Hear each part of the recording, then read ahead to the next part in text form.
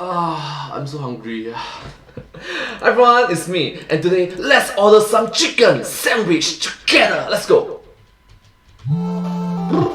Game Theory. What do you want, intern? Hi, Mr. Chick-Fil-A. I just tweeted something on the company's account, and I think I screwed up. You're calling me at home on the weekend over one little tweet? How bad could it be? $220 million bad?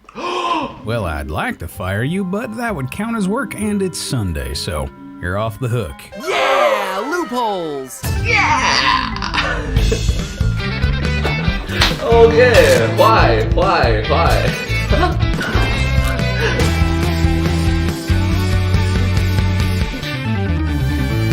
Hello, Internet! Welcome to Food Theory!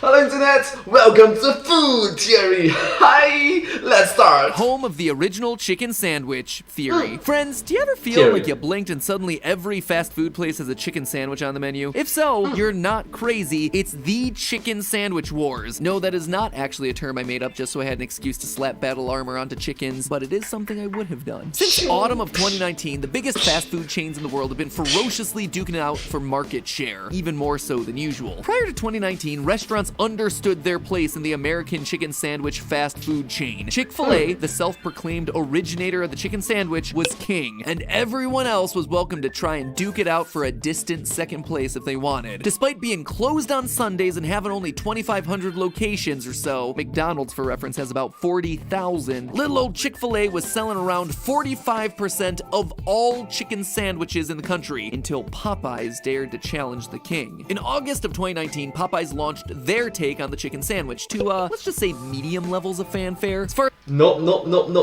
2019, the Popeyes chicken sandwich was a super huge craze, you know. It got to meme level. as ingredients go, it's more than similar to pretty much every other chicken sandwich you're familiar with. Fried chicken breast, mayo, pickles, both a spicy and non-spicy option. The launch of Popeye's chicken sandwich was going about as fine as you would expect. The excitement surrounding the sandwich was probably on track to die down in a matter of weeks, as most fast food menu items are wont to do. But then Chick-fil-A screwed up. They hopped on Twitter. Their tweet was a seemingly harmless but slightly passive-aggressive jab at Popeyes, which read, "Bun plus chicken plus pickles equals all the love for the original." And that, friends, is when Popeyes pounced, pulling off possibly the biggest reversal in fast food Twitter history with exactly two oh-so-southern, oh-so-devastating words. Uno reverse! Y'all good? Now, us Y'all Yanks good? may not fully appreciate what's going on here. I didn't fully grasp it at first myself, so I asked my wife Stephanie, who was born and raised in the southern US, to explain. Get dunked on! Simply put, this is a perfectly understated southern retort wielded by a proud southern company. And the nuance was not lost on Twitter, which went absolutely ballistic over the insult. Given the brand over 20 billion impressions valued at an estimated $220 million, Popeye's chicken sandwich sales skyrocketed, causing them to run out of chicken sandwich supplies in just 2 weeks, way faster than they anticipated. When Popeyes managed to get their restaurants permanently resupplied with chicken sandwiches in November, sales skyrocketed even more, and Chick-fil-A suddenly found itself in a position they'd never been in before, number 2. Now, after a few short months, Chick-fil-A regained their market share, and Popeyes settled into a battle for number 2 against McDonald's. But this was no return to normal, friends. Nay, the chicken sandwich sphere was changed forever. Popeyes had drawn blood against the king, and all the other fast food chains woke up to the idea that maybe the chicken sandwich market was up for grabs after all. And long live the king, want me in a hell with the key, next the world just close on me. That means number 1 can be defeated. For a brief moment, but it's possible. That is why we've been surrounded with new and revamped chicken sandwich menu items over the past year or so. Burger King came out with the Chick-King, Wendy's released its classic chicken sandwich, McDonald's came out with a whole line of crispy chicken sandwiches, and that's hardly the full list. Basically, everybody hopped on the chicken sandwich train and the marketplace got cluttered. Or I guess I should say cluctered. Yeah, maybe not. Anyway, if you're feeling Oh my god, the puns, man. A chicken on the train. Get it? like a chicken with its head cut off, never fear. Food Theory is here to help you make sense of it all. While the tastiest chicken sandwich is a personal decision that you can only make for yourself, we've taken it upon ourselves to look at things a bit more objectively. That's right, we've already found the optimal fry order, we found the optimal fountain drink order, and today we're breaking down the numbers to determine which chicken sandwich delivers on their spicy promises and gives you the most cluck for your buck. For the sake of simplicity, we're gonna keep today's episode focused on the 10 biggest US fast food chains with chicken sandwiches on their menus. Thank you. Our apologies to Hardee's and other smaller chains like Zaxby's and Culver's. Unfortunately, you guys just didn't make the cut this time around. So with that being said, let's meet our competitors. First up, we have Chick-Fil-A, who loves to remind people that their original Chick-fil-A chicken sandwich was introduced all the way back in 1964. I would like to add that being the first fast food chain to sell chicken sandwiches is a very different thing than inventing the chicken sandwich, but that's a theory for another day. Next up is Popeyes, who of course disrupted everything when they dropped their classic chicken sandwich back in late 2019. And if you think there's only one classic chicken sandwich in today's competition, I have sour news for you. Wendy's has a classic chicken sandwich. KFC has a classic version of their chicken sandwich. Arby's has a classic crispy chicken sandwich, so does Sonic Drive-In. And almost as though to make sure that every permutation of those words has been used to name these sandwiches, McDonald's and Dairy Queen both have a crispy chicken sandwich. Fortunately, Jack in the Box and Burger King bucked the whole boring sandwich name trend. Or clucked the stop it, Matt, stop it! Come on, man. Matt, Pat, stop the dad jokes. Okay, you're dad, but seriously. Problem. It is not funny anymore. Anyway, as I was saying before I rudely interrupted myself, Jack in the Box now has the Cluck sandwich, and Burger King just released the Chick-King sandwich. Chick-King!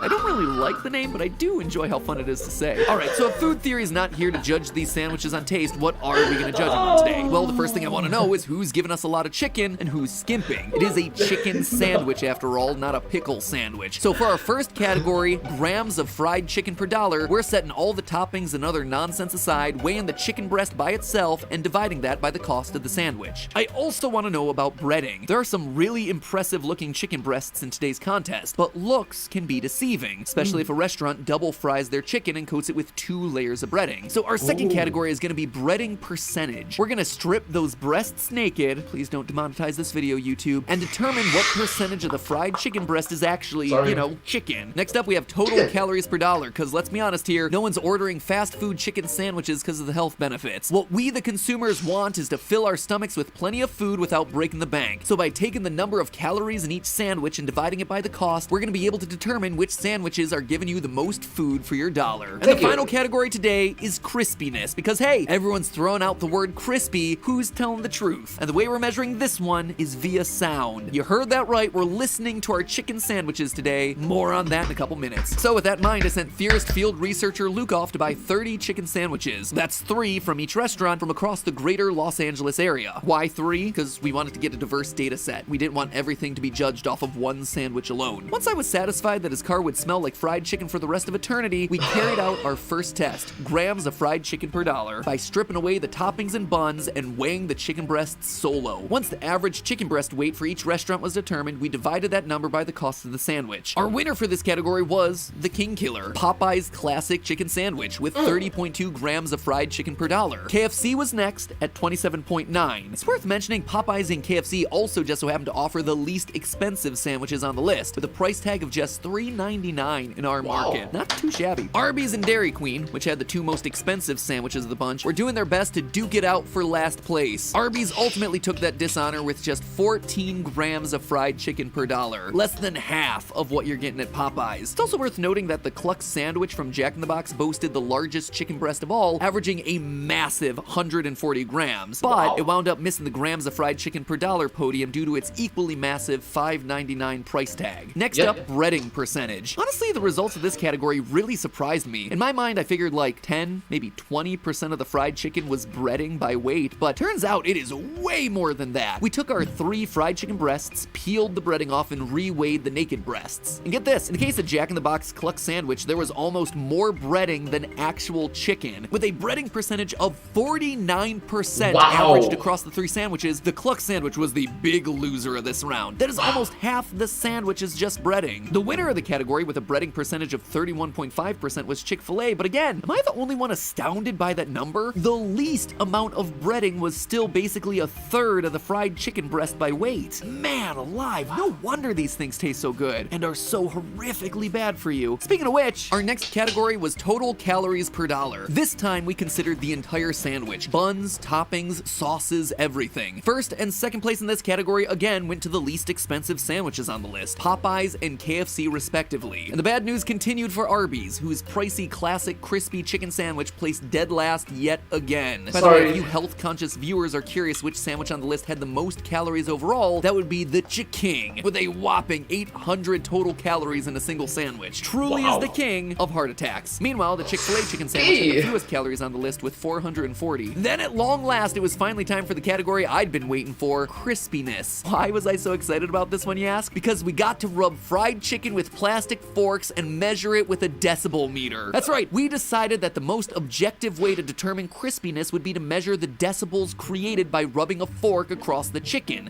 Alright, stop for a moment first. Just stop for a moment first. Alright, results may vary. I'm sorry, but results may vary. Crispier the chicken, the more decibels that should register on the Decibel X app on my phone. The soggier the chicken, the lower the reading. Shut up, no, your test for fried chicken crispiness is ridiculous. Now, full disclosure, we actually failed at this test the first time around. See, field researcher Luke picked up all the sandwiches from all 10 restaurants, which took a couple hours, and then we tried to measure the crispiness, but by that time, the sandwiches had all been sitting around for a while, and a lot of them were honestly pretty soggy.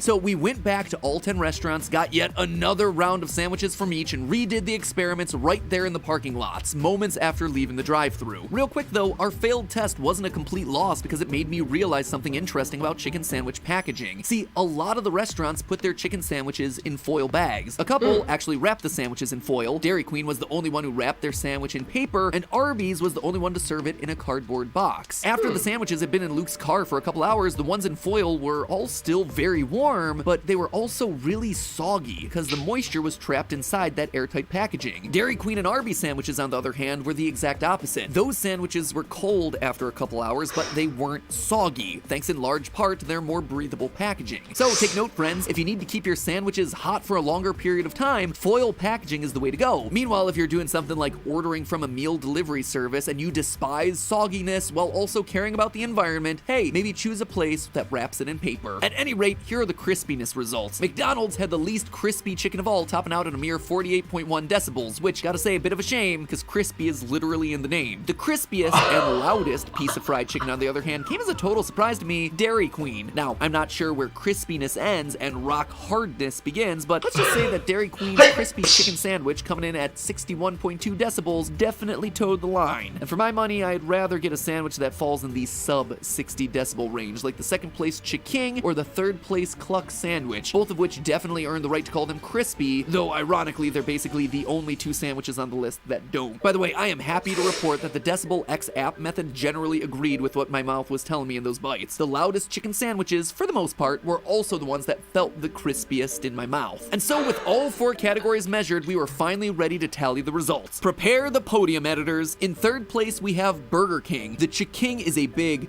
beefin' sandwich, but BK found a way to keep the price under $5, earning it solid numbers in the grams of fried chicken per dollar and total calories per dollar category. So the third place is the king. Who is better than the king? Those 800 calories won't help anyone's waistline, but they will help Burger King snag the bronze in today's competition. Silver goes to KFC's classic chicken sandwich, which did really well in the cost-related categories thanks to the $3.99 price tag. The Colonel would be proud, or should I say is proud, since we all know that he's watching us at this very moment. And first place, the gold medal goes to Popeyes. Sorry, Chick-fil-A, but it looks like you picked a fight with the wrong chicken chain. Popeyes' classic chicken sandwich is a whole lot of food and the price is great. And I know we're not reviewing taste today, but I do gotta add something about texture. If there had been a softness category in today's experiment, Popeyes would have won that one too. I had never actually had a Popeyes chicken sandwich before I started researching this episode, and I was not prepared to have my chicken nestled between 2 brioche clouds of heaven like that. It is a darn tasty good sandwich, friends. And finally, Arby's earns the dishonor of last place. It wasn't even close. Their expensive, tiny breasted sandwich could not hang. Even the crispiness was below below average. Which begs the question, what about Chick-fil-A, the so-called chicken sandwich king? Well, their chicken sandwich just missed the podium, coming in at 4th. Their sandwich was pretty well priced and actually had a deceptive amount of chicken in it. The thing that actually held it back in today's competition was the low calorie count. So overall, not a terrible showing by Chick-fil-A by any means, but it sure seems like there are a handful of competitors ready to upend the pecking order. But hey, that's just a theory. A food theory. Bon appetit. Theorists, if you enjoyed this episode, be sure to check out some of our other fast food optimization videos. Our episode on getting the most soda for your dollar is on screen right now. So go ahead and drink that episode in if you're thirsting for more theorage. By the way, give that subscribe button a peck while you're at it. Subscribe. Unless, of course, you're chicken. Oh, come on, man. The puns. Come on, that Pat. Ah, gosh. Literally all the dad jokes, Yep. It's getting cringy to the point in which it's terrible. Well, the more you know. Anyways, thank you all so much for watching this video. If you do like this video, please remember to like, share, and subscribe to my channel, and comment down below if you have anything to share with us. Don't forget to follow my channel, and I hope to see you all in my next video. Thank you all so much for the best. I hope to see you all in my next video. But hey, that's just a theory, a food theory. Bon appetit. Thank you. And I hope to see you all in my next video. Bye bye. Thank you so much. Subscribe. Yeah.